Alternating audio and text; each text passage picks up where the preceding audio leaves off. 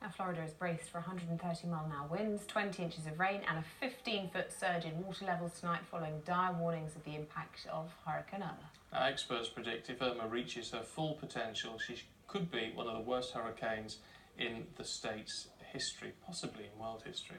Actually, lots of people are fleeing, of course, from the oncoming hurricanes, but they do hold a certain amount of fascination. Let's talk now to a storm chaser, Selvin Reid, who's here. It reminds me of that movie from a few years ago with Helen Hunt. Twister. That was it. Which has got this point me to go and see it in the first place. Yeah, I mean, you wouldn't necessarily chase a hurricane, too dangerous, but chase twisters, tornadoes.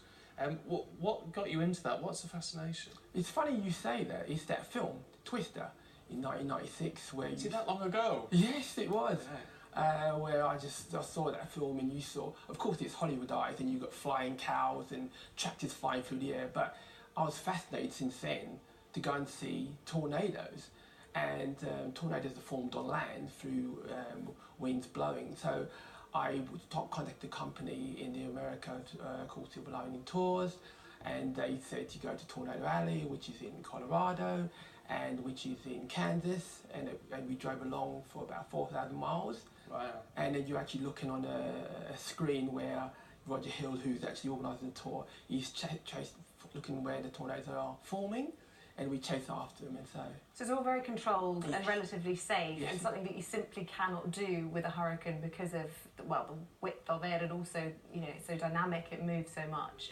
Do you watch it with the same kind of interest, but obviously through the TV screens and cameras in that way? Yes, of course. As I said, there are two different things, as you say. The tornadoes are one thing, and the hurricanes are different.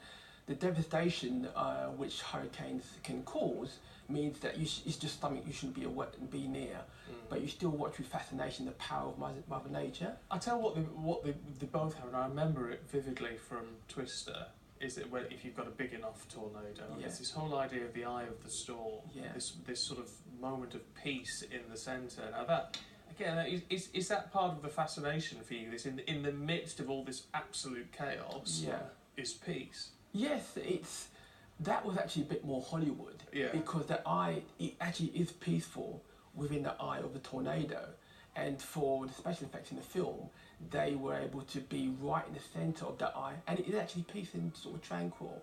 But the reality is, with those swirling winds, it would be nearly impossible for a storm chaser to get within the eye of a tornado. But if you were trapped in one, you could be in areas of peace where you can look and see the spiral. Wow. But it's unlikely to be able to do that. We've always been watching at distance when we're storm chasing, and just to see that was being amazing enough. It's interesting. I mean, the artists, you said that in a sense they're safer in that they're a lot smaller, a lot smaller. But you do still get some big ones, and they can in themselves be extremely dangerous, can't they, tornadoes? Yeah, the T5 is the biggest tornado size of the tornado, and that causes devastation. That's what you get in Oklahoma City. That is those sort of sizes of those tornadoes. Some people will actually, when they get there, they actually move out the area because they're just so devastating. You can't get insurance or whatever. But most tornadoes are sort of the 3s and the 4s. The T5s are just quite rare, but they are utter devastation if they actually land on the land.